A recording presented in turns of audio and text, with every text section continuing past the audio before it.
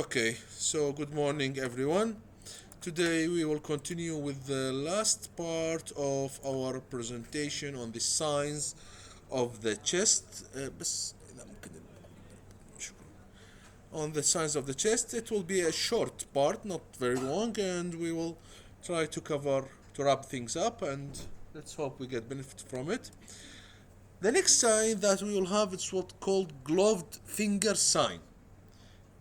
Gloved finger sign is like indicates bronchial impaction. Okay, that's the bronchi filled with mucus material, impacted. Okay, like someone wearing a glove, like the fingers of someone wearing a glove. You can see it's here and here, like someone doing like that. The signs of victory. Okay, and again you can see here and here, indicating there is some.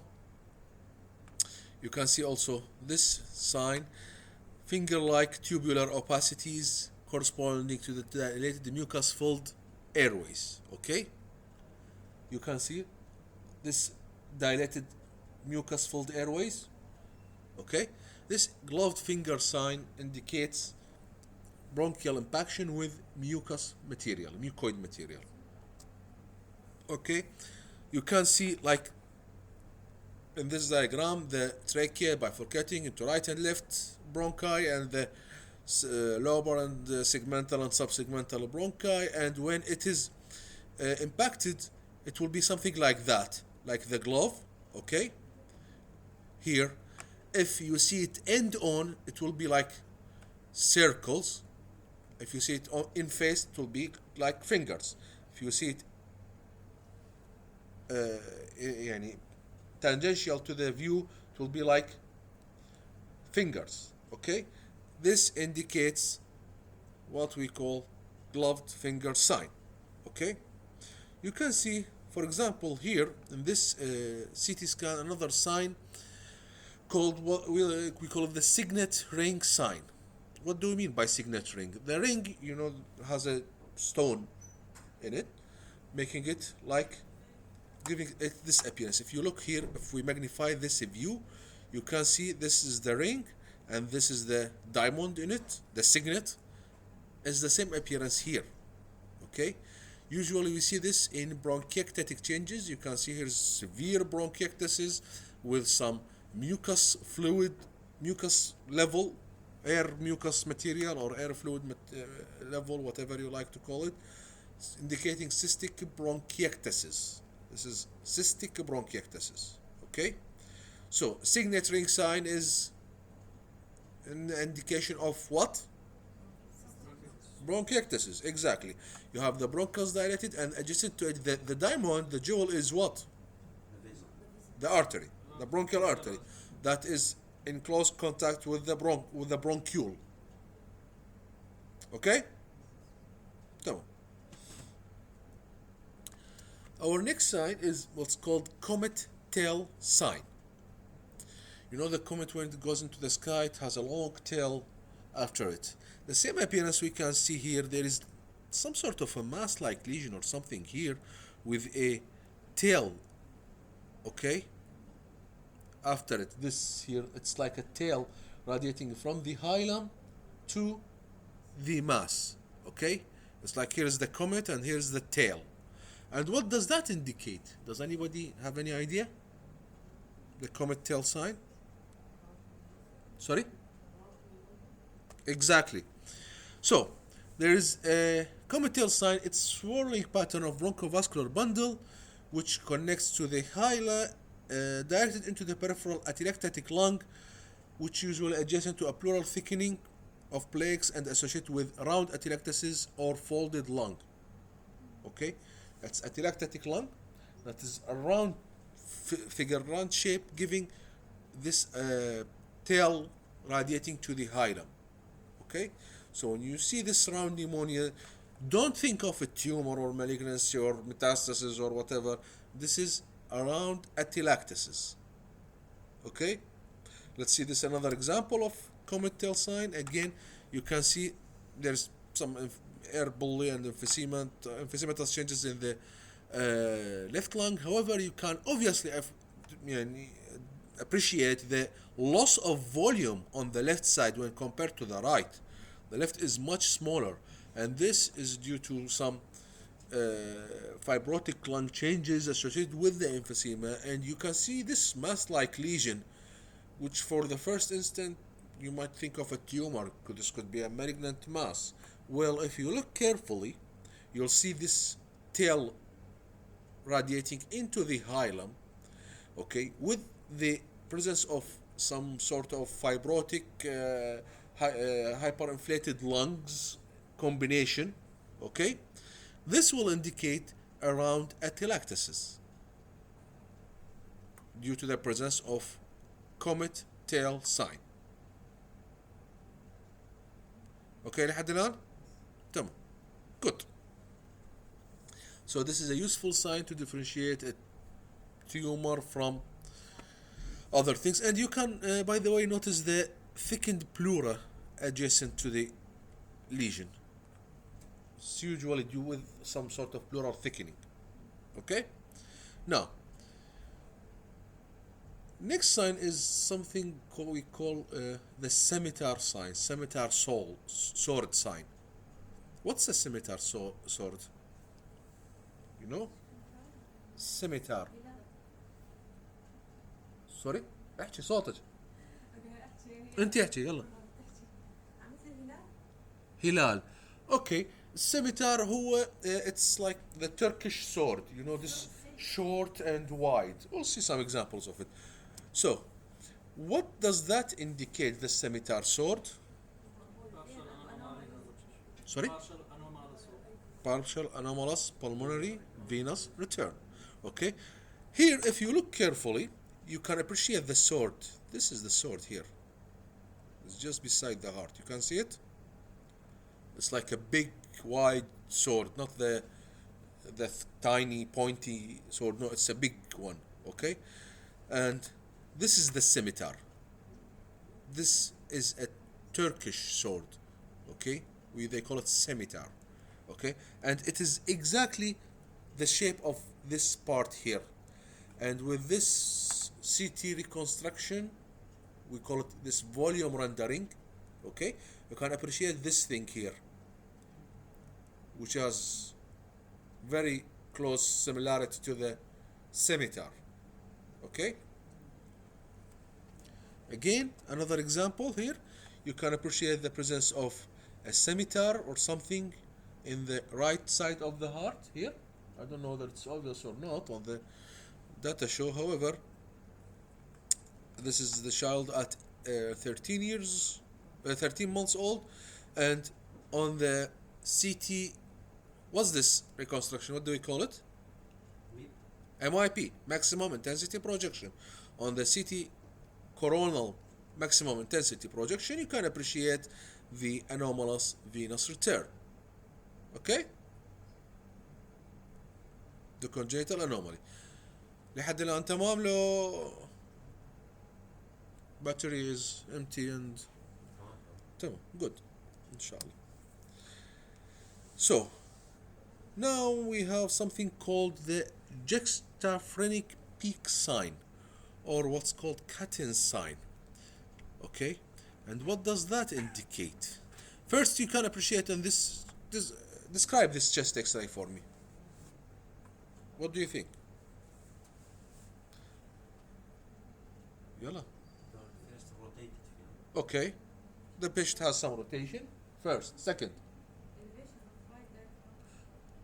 So the first abnormality that gets your attention is the right diaphragm?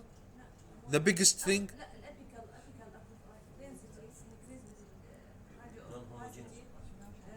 Non-homogeneous, irregular, ill-defined, increased density, let's say, of both lung apices. Okay? With signs of volume loss, of fibrosis. Okay? And it contains evidence of bronchiectasis. This is bronchiectatic fibrosis. Okay? What's called cicatricial. Okay?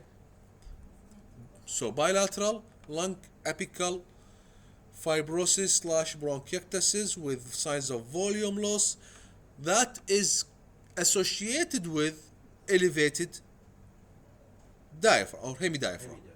Okay? So, what do you think this patient have? Most of the time, most likely, most certainly, it will be a TB. So, there will be, when there is a tenting of the diaphragm at the site of insertion of the inferior pulmonary ligament, it's a sign in that indicates upper lobe volume loss. So, the abnormalities in the upper lung, in the upper lobe, the sign is in the diaphragm. So when you see the diaphragm tented, it means something wrong in the upper lobe. Okay? So if you don't remember, I will remind you just rapidly that the inferior pulmonary ligament is a double layer of pleura that connects the lower lobe of the lung to the mediastinum and the medial part of the diaphragm. Okay? It connects the lung to the diaphragm. So when there is a volume loss in the upper lobe, it will pull the diaphragm up, result in the tenting. Okay? This is the pulmonary ligament. Okay? Somewhere here, and when there is volume loss, it will tent the diaphragm. Okay? Good. Now, what's this? 3 years earlier, now the patient presented with this chest x-ray, okay? And 3 years earlier it was like this. Compare. There is obvious some sort of elevation or tenting of the left hemidiaphragm, okay? And you can appreciate some fibrosis or opacity or increased density or whatever you like it.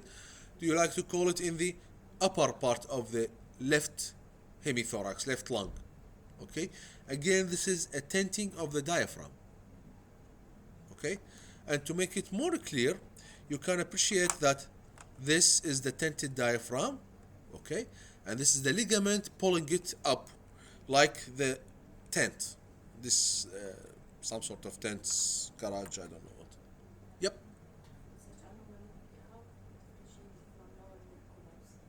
How to differentiate it from lower lobe collapse? Well, first of all, in the lower lobe collapse, you'll have hyperinflated upper lobe. First. Second, you'll have a triangular opacity, not tenting, in the retrocardiac part, okay? And you might have some rotation in the mediastinum, sometimes, okay?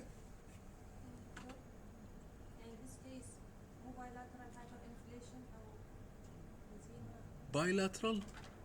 This one is good. This one is okay. Usually there is some sort of volume loss, fibrosis, TB, something like that, which means combination of fibrosis and emphysema. It's always like that. Fibrosis, bronchiectasis, emphysema, things that are chronic. Upper lobe fibrosis ممكن combined with emphysematous changes, combined with the bronchiectasis, this whole thing. Okay? Now, what do we have here? We have also tenting of the right, of the left. Okay, not as prominent as the previous case, but still we have it. And you can see the interstitial fibrotic changes on the left and the right, causing this tenting appearance of the, especially more prominent in the left side. And the CT scan can obviously show you the interstitial fibrotic changes. Okay? Sure, pneumoconiosis can have some similar pattern, especially the ones that affect the upper lobes. Like what?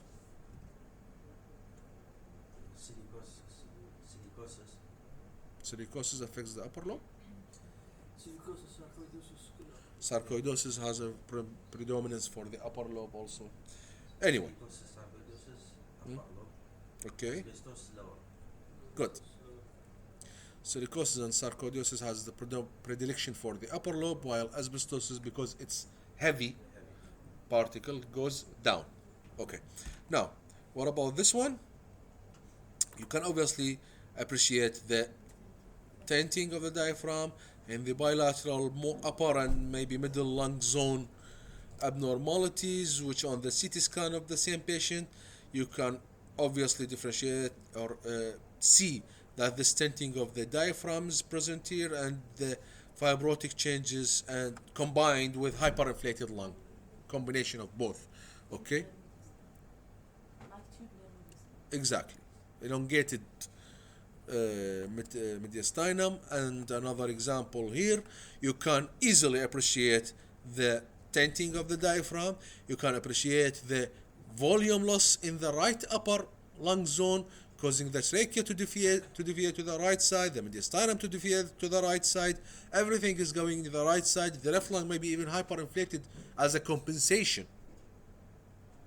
Okay? Now, this sign is called the headcheese sign. Okay? We will talk about it. What does that mean? What does it show? What does it indicate? This has indicates a pattern of variable lung attenuation. This is the what's called the head cheese. This is some kind of cheese. They sell it or like it in the western part of the hemisphere. This section shows the patchy pattern of variable lung attenuation. This pattern represents a combination of lobular areas of granular glass opacity or consolidation with normal lung. Okay? And lobular areas of reduced lung attenuation indicating mosaic perfusion. This combination of mixed abnormalities, including presence of both ground glass opacity and mosaic perfusion, resembles the appearance of head cheese. Okay? It is to a degree similar to some sort of crazy paving pattern, things like that. Anyway, when you see this appearance, this is called head cheese appearance. Okay? And what do you mean by head cheese? This thing here. I don't think. Does it look delicious? I don't know. More? Yeah, something. Yeah. Anyway, Gatling gun sign. Gatling gun sign, you can see here this appearance here, like a gun in its, the sleeve of the gun. Gatling gun. Okay, and this is indicates partial atelectasis of the right lower lobe, presents as infrahilar mass, which is the right interlobar pulmonary artery, which is reoriented and seen as an end-on mass. The airway or the segmental bronchi remains patent around the mass. So when you see this Gatling lung sign, okay, gun sign, it indicates right lower lobe what? Collapse. You can see here there are segmental or some segments of the right lower lung lobe lost volume here and here, and this is the X-ray appearance of the lesion. Okay, and this is the Gatling gun. What do we call what's the Gatling gun? This is the Gatling gun, the one that they use to shoot people heavily. Okay, and you can see here it has multiple holes. Again here there are multiple bronchi that are still patent around the atelectatic lobe. Okay, the hilum descended down. yeah, sure, due to the right lower lobe collapse, it will pull the hilum down. Okay, someone asked last time about the cell sign. I don't remember who. Anyway, the thymic cell sign is another sign that's very common. We need to know it. We need to be well oriented to differentiate it from other sinister pathologies.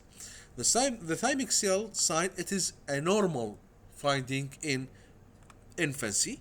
Okay, you can see this mass-like lesion, which represents the normal thymus in an infant. It is not a pathology. It is a normal finding.